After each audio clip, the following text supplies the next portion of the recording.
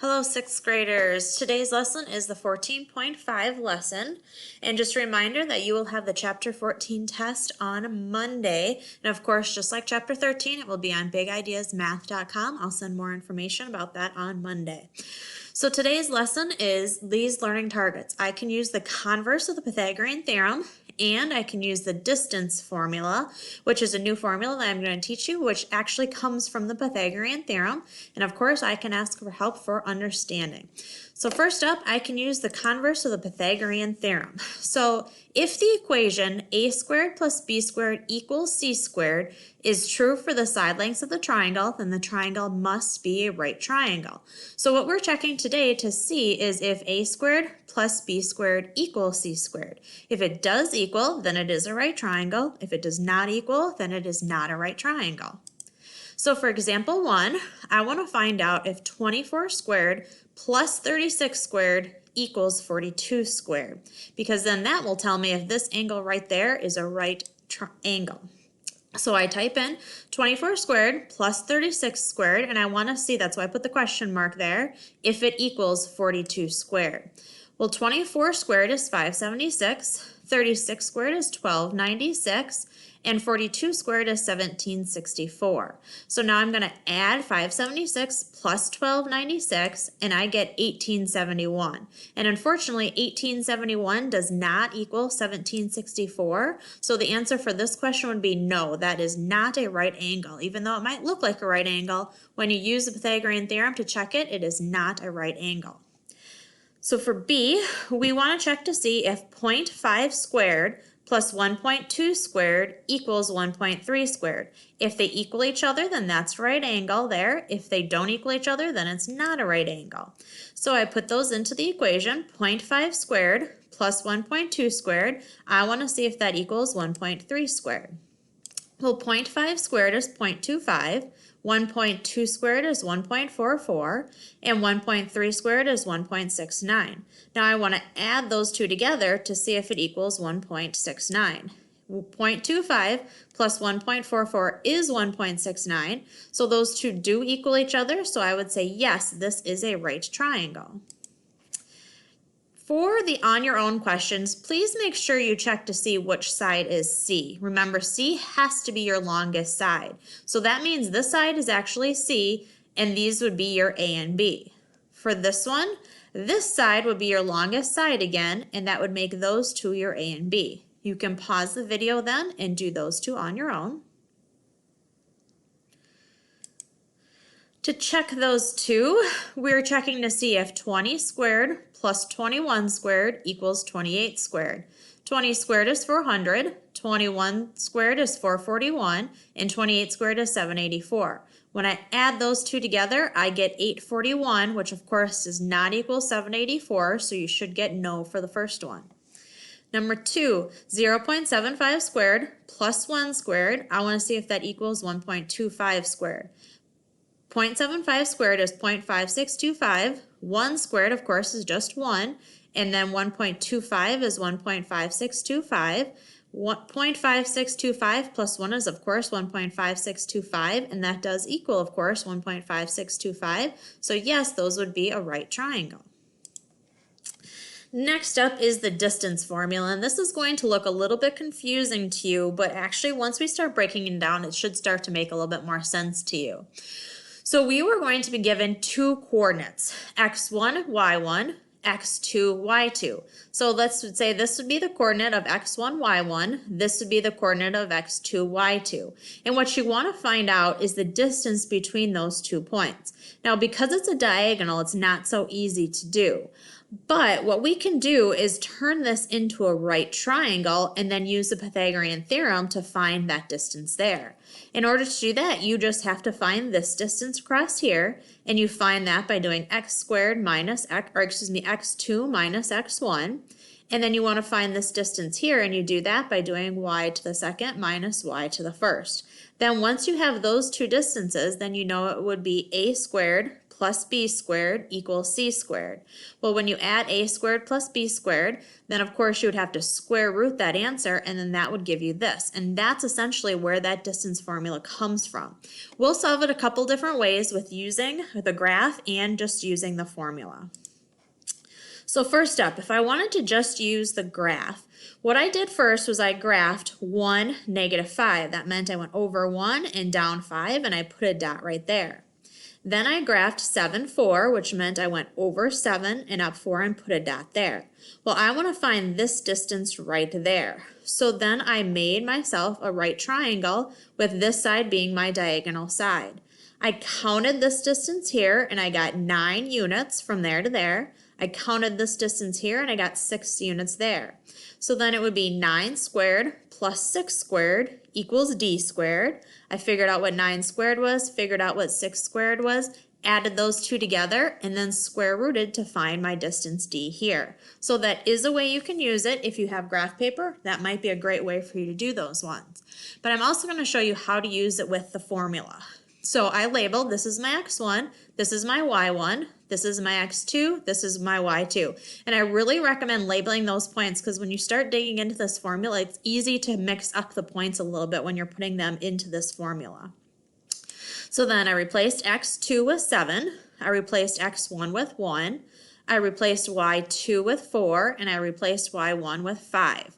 So 7 minus 1 squared plus 4 minus a -5 squared, and then I have to square root that answer. But first I'm going to start with the parentheses. 7 minus 1 is of course 6. 4 minus a -5 would turn into 4 plus 5, which is 9. Then I'm going to do 6 squared plus 9 squared. Well, 6 squared is 36. 9 squared is 81. I'm going to add 36 plus 81, and I get 117.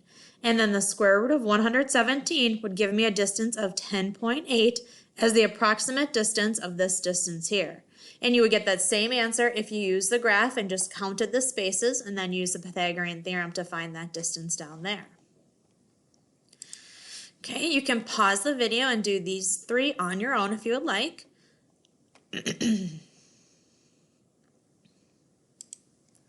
All right, to check these ones. This one, I decided to show you how you could do it on the graph as well. So your first point that you graph is 0, 0.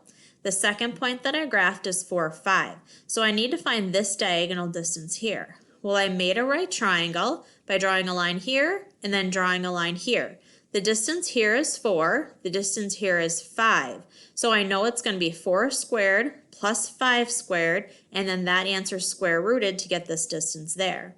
Well, 4 squared is 16, 5 squared is 25, 16 plus 25 is 41, so then the square root of 41 would give me approximately 6.4.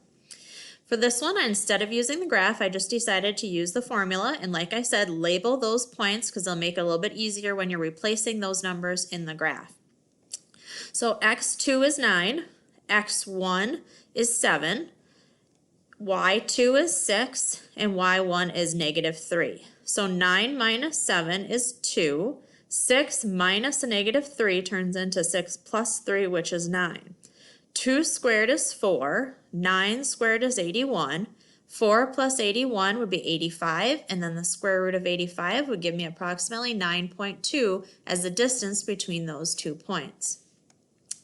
Number 5, again, I labeled my points.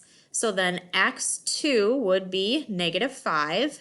x1 is -2, y2 is 1, and y1 is -3. So it would be -5 minus 2, or excuse me, -5 minus a -2, which would actually turn into -5 plus 2, which is -3. 1 minus a -3 would give me 4.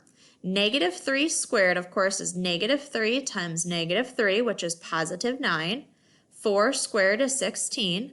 9 plus 16 would be 25, and then the square root of 25 would be 5. So the distance between those 2 points would be 5. All right, example 3 is a little bit of a tricky question because it takes a lot of work to get the answer, but it's work that we can do using the distance formula. You design a football play in which a player runs down the field, makes a 90-degree turn, and runs to the corner of the end zone. Your friend runs the play as shown. Did your friend make a 90-degree turn? Each unit of the grid represents 10 feet. Well, if you notice, distance 1, 2, and 3 are all diagonal distances. So I need to find if this turn right here is a right angle. So I have to see if this distance squared plus this distance squared equals this distance squared. Well, they don't make it so easy for me to do that because I don't have these distances right here, but I can find them by using the Pythagorean theorem. So what I did was I drew little right triangles for each of these distances, and then I'm going to use the Pythagorean theorem, and I'm just going to count the spaces here, knowing that each unit represents 10.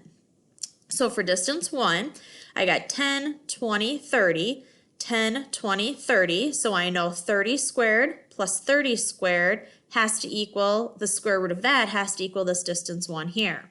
So 30 squared plus 30 squared, and then the square root of that would give me square root of 1800. And I'm just going to leave it as the square root of 1800 because it's not a perfect square, and you'll see in a little bit why I keep it that way.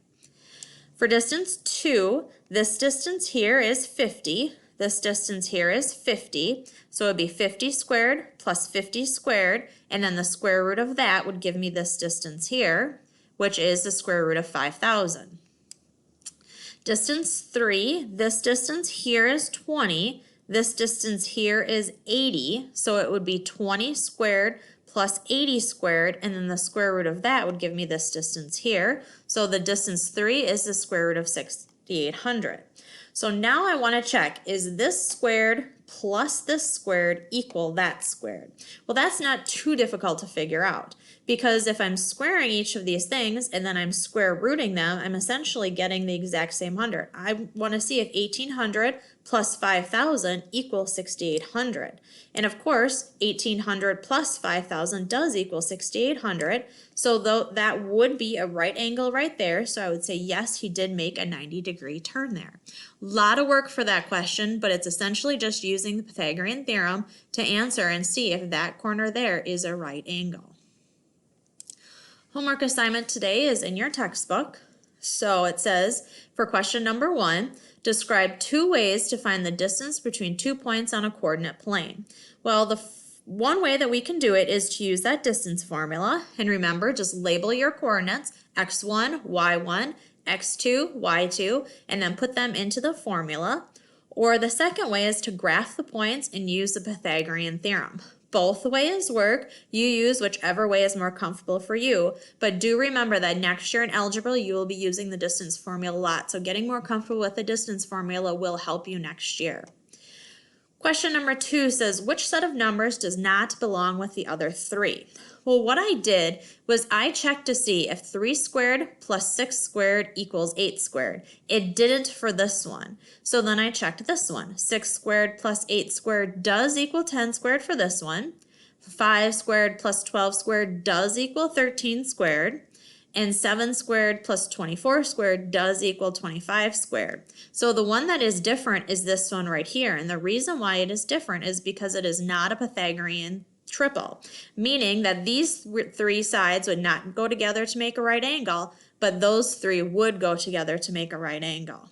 So thank you for paying attention to the lesson. Remember, when you're watching my lessons, you can always go back, you can replay things, you can do what you need to do in order to learn the lesson.